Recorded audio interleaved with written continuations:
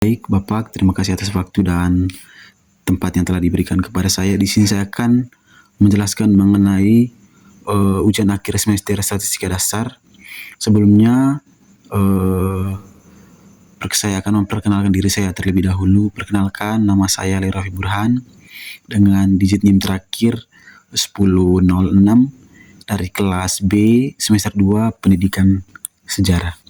Nah, di sini saya akan langsung membahas mengenai tabel data fiktif penelitian di mana N-nya sama dengan 30.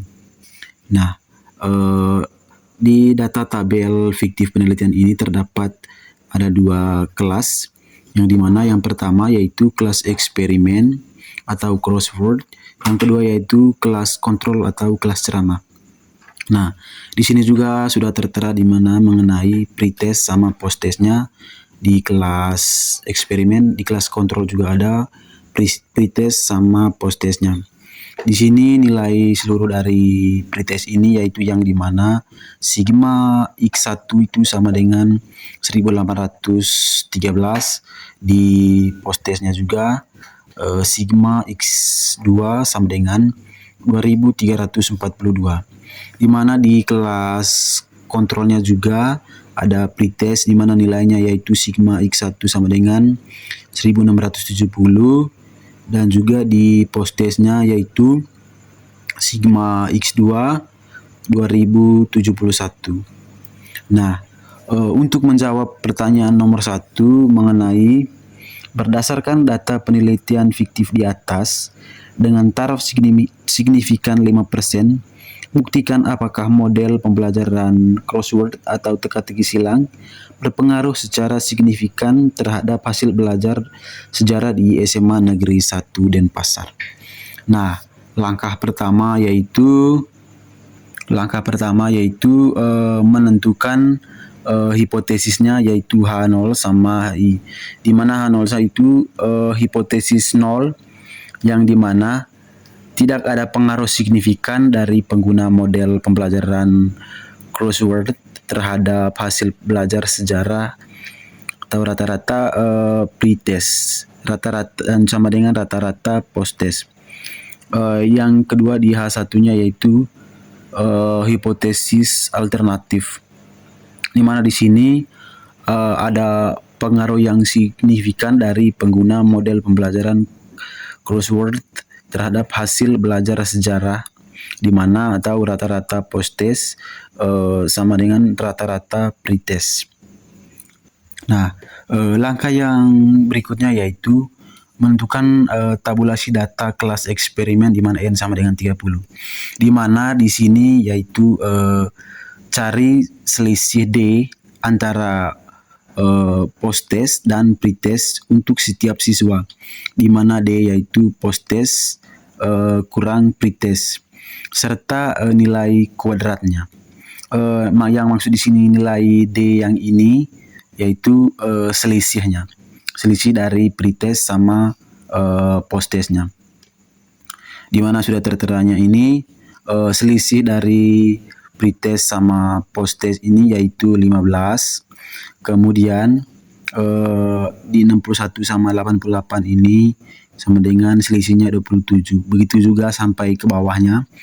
Nah, di sini juga menentukan disuruhnya mencari juga nilai kuadratnya, yang dimana 15 kali 15 yaitu 225, 27 kali 27 yaitu 729, 18 kali 18 yaitu 324, dan seterusnya sampai ke bawah, di mana kita bisa lihat mengenai nilai totalnya, yang dimana nilai dari sigma X1 yaitu sama dengan 1813, sigma X2 yaitu 2342.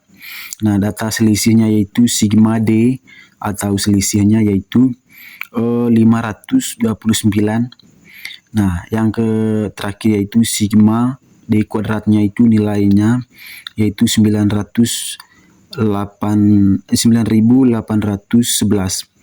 Nah, Nilai rata-ratanya juga ini nilai rata-rata dari pretest sama posttest dan selisihnya, di mana nilai rata-rata dari pretest yaitu 60,43, di posttestnya yaitu 78,07 dan juga di selisihnya yaitu 17,63. Nah, di mana langkah yang berikutnya yaitu menghitung nilai statistik uji T-hitung, di mana ada rumusnya yaitu T-test adalah T sama dengan D per SD per akar dari N. Nah, di mana SD yang dimaksud di sini yaitu standar deviasi dari selisih yang sudah dijelaskan tadi. Kemudian T hitungnya dengan rumus SD akar dari sigma D kuadrat kurang sigma D kuadrat per N dibagi N kurang 1.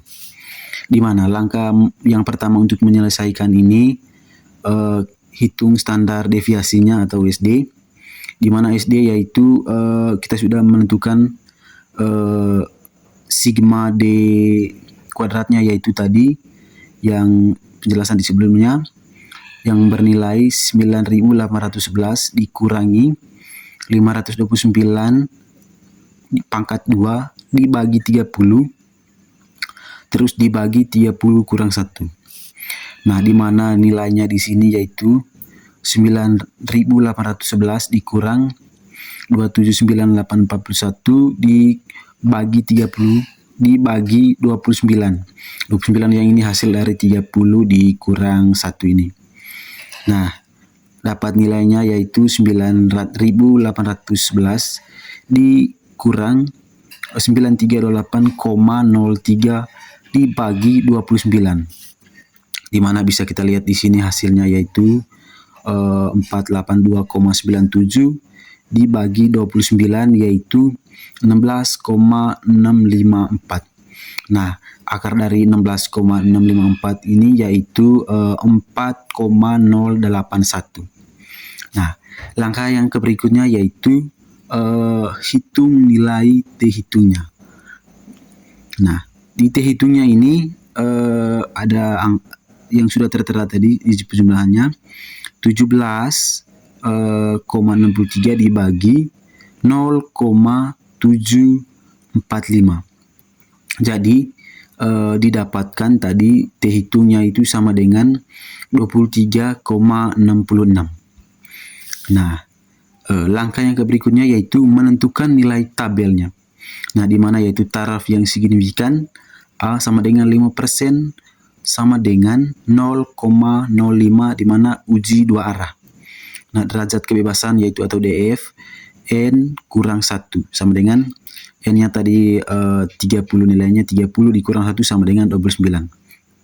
Nah, melihat pada tabel distribusi T, nilai T tabel untuk DF-nya yaitu 29 dan A-nya sama dengan 0,5. Nah, nilainya adalah 2,045. Nah, dapat disimpulkan kriteria pengujinya. Jika T hitung lebih kecil dari T tabel, maka H0 ditolak dan H1 diterima berdasarkan hasil perhitungan di atas. Nah, T hitungnya yaitu 23,66, kemudian T tabelnya yaitu 2,045. Nah, karena 23,66 lebih besar daripada 2,045 ini, maka H0 ditolak dan H1-nya diterima. Nah, jadi dengan taraf signifikan 5% terdapat bukti yang sangat kuat untuk menyatakan bahwa model pembelajaran kelas Word atau teka-teki silang ini berpengaruh secara signifikan terhadap hasil belajar sejarah di SMA negeri di SMA 1 Denpasar. Nah, hal ini juga terlihat dari yang jelas secara deskriptif dari kenaikan nilai rata-rata siswa yang semula 60,43 pada pretest yang meningkat menjadi 78,07 pada posttestnya. Nah, itu untuk jawaban nomor satunya. Di sini saya juga akan menjelas mengenai soal nomor 2, yaitu berdasarkan data penelitian fiktif di atas dengan taraf signifikan 5%, sedikitlah apakah ada perbedaan yang signifikan hasil belajar siswa antara siswa yang mengikuti pembelajaran dengan model pembelajaran crossword atau teka-teki silang dengan model pembelajaran konvensional atau metode ceramah. Nah, di sini juga terdapat kita sudah membuat mengenai tabel data fiktifnya, yaitu di mana n-nya sama dengan 30 sudah dijelaskan juga tadi. Nah, langkah pertama untuk menjawab soal nomor 2 yaitu langkah pertamanya juga yaitu menentukan hipotesisnya, di mana H0 sama H1-nya, di mana H0 di sini adalah tidak ada perbedaan rata-rata hasil belajar sejarah yang signifikan antara kelas Word atau kelas teka-teki silang dan kelas konvensional. Nah, di mana H1 di sini yaitu hipotesis alternatifnya, ada perbedaan rata-rata hasil belajar sejarah yang signifikan antara kelas Word dan kelas konvensional. Nah, ini langkah pertamanya. Langkah keduanya yaitu adalah menentukan tabel tabulasi data post-testnya yang di mana N1 sama dengan 30, N2 sama dengan 30. Nah, di mana di sini penjelasan di sini yaitu mengumpulkan nilai post-test dari kedua kelas untuk mencari total sigmanya. Nah, nilai rata-ratanya yaitu X bar. Nah, dan jumlah kuadrat dari deviasi sigma X kuadrat. Nah, di sini ada post-test dari kelas eksperimennya yaitu X1. Ada tanda-tandanya di sini juga ada post-test dari kelas kontrolnya yaitu di mana X2. Nah, post-test dari kelas eksperimen ini di mana X1 yaitu 81, 88, 85 dan seterusnya. Nah, untuk menentukan nilai dari X1 kuadrat ini kita cukup kalikan 81 dikali 81 yaitu sama dengan 6.561. Yang kedua yaitu 88 dikali 88 hasilnya yaitu 7.744. Yang ketiga yaitu 85 dikali 85 yaitu 7.225. Nah, begitu juga di post-test kelas kontrolnya yaitu 65, ada 73, 56, 57 dan seterusnya. Nah, untuk mencari X2 kuadratnya juga ini sama seperti yang sebelumnya yaitu 65 dikali 65 yaitu sama dengan 4.225. Begitu juga di sini 73 dikali 73 yaitu 5.329. Yang ketiga yaitu 56 dikali 56 sama dengan 3.136. Nah, di sini juga harus mencari mengenai nilai sigma X1-nya berapa, sigma X1 kuadratnya juga berapa, sigma X2-nya berapa, sama sigma X2 kuadratnya berapa. Nah, kita sudah jumlahkan mengenai sigma X1-nya yaitu 2.342 dari kelas post-test dari kelas eksperimen. Dan yang berikutnya yaitu sigma X1 kuadrat hasilnya sama dengan 184.698. Nah, di kelas post-testnya yaitu di kelas kontrol sigma X2 sama dengan 2071.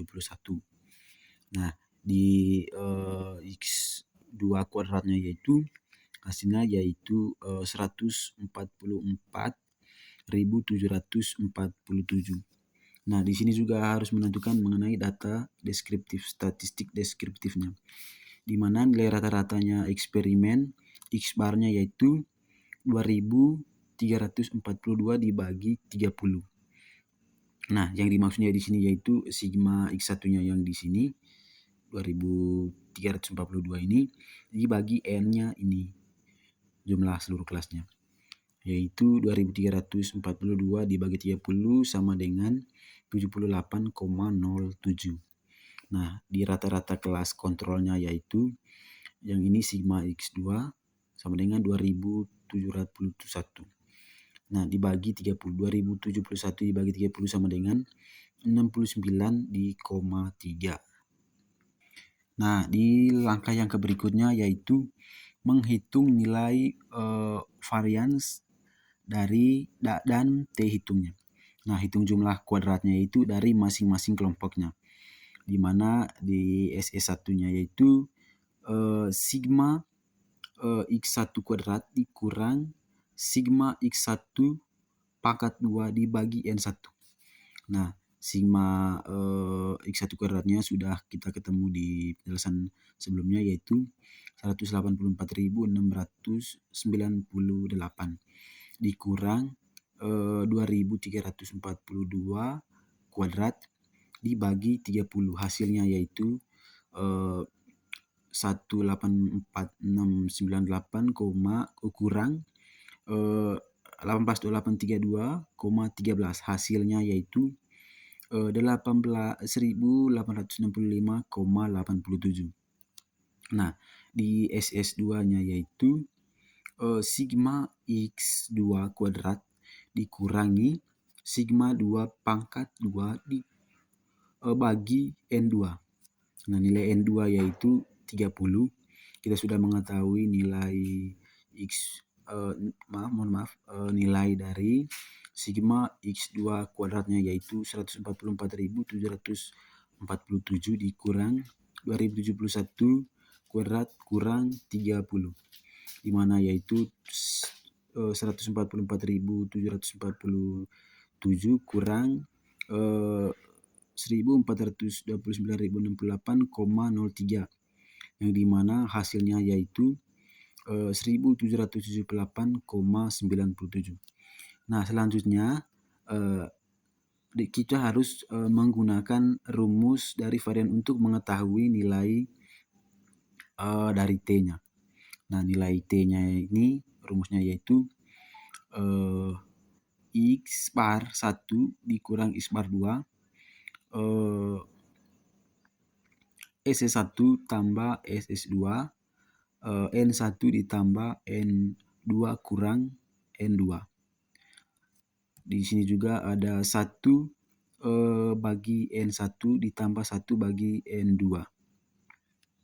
Nah, nilainya di sini X bar 1-nya yaitu 78,07 dikurang 69,03. Di mana yang di bawahnya juga yang ini 1865,87 ditambah 1778,97. Nilai di sini yaitu dari datanya dari sini, nilai yang ini di SS1-nya dan juga di SS2-nya yang ini, SS2-nya. Nilainya yang ini. Nah, 30-nya ini adalah N-nya, nilai N-nya 30 ditambah 30 dikurang 2. Ini juga ada 1/30 tambah 1/30.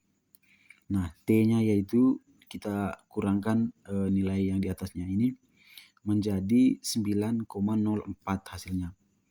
Kita bagi yang ini ditambah sama dengan nilainya 3.644 dibagi 30 tambah 30 sama 60 dikurangi 2 yang ini sama dengan 58. Nah, di sini yaitu 1 tambah 1, 2 karena penyebutnya sama, kita turunkan penyebutnya. Nah, dapat kita hitung T-nya sama dengan 9,04 akar dari 62,842 dikali sama nilai yang ini dari 0,0667. Hasilnya yaitu 9,04 dibagi kuadrat dari 4,191. Nilainya sama dengan 9,04 dibagi 2,047. Hasil dari akar dari 4,191 ini ya sama dengan 2,047. Kita bagi sama dengan 4,16. Nah, dapat nilai T hitungnya yaitu 4,416 yang ini. Nah, yang keempat yaitu kita harus menentukan nilai tabel T hitungnya, di mana tarif taraf yang signifikan A sama dengan 5%, sama dengan 0,5 uji dua arah. Derajat kebebasannya yaitu N1 ditambah N2 kurang N2. Sama dengan 30 tambah 30 kurang 2 sama dengan 58.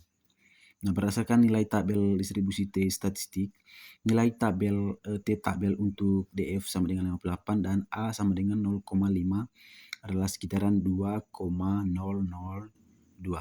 Nah, di sini langkah selanjutnya dapat disimpulkan mengenai kriteria keputusannya, yaitu jika T hitung lebih besar dari T tabel, maka HO ditolak, H0 ditolak, dan H1-nya diterima.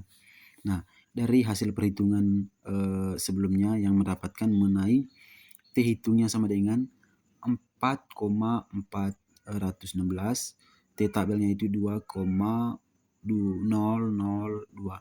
Karena nilai 4,416 ini lebih besar daripada 2,002 ini, maka keputusan statistik yang diambil adalah menolak HO dan menerima H1.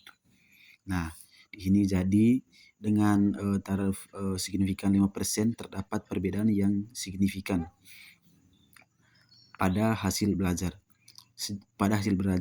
Sejarah antara siswa yang diajar dengan model crossword atau teka-teki silang dibandingkan dengan siswa yang diajar menggunakan model konvensional atau ceramah. Nah, itu saja penjelasan dari saya. Bapak, apabila ada tutur kata atau bahasa yang kurang berkenan, dari hati yang paling dalam, saya pribadi memohon maaf yang sebesar-besarnya. Akhir kata saya akan mengucapkan terima kasih yang sebesar-besarnya.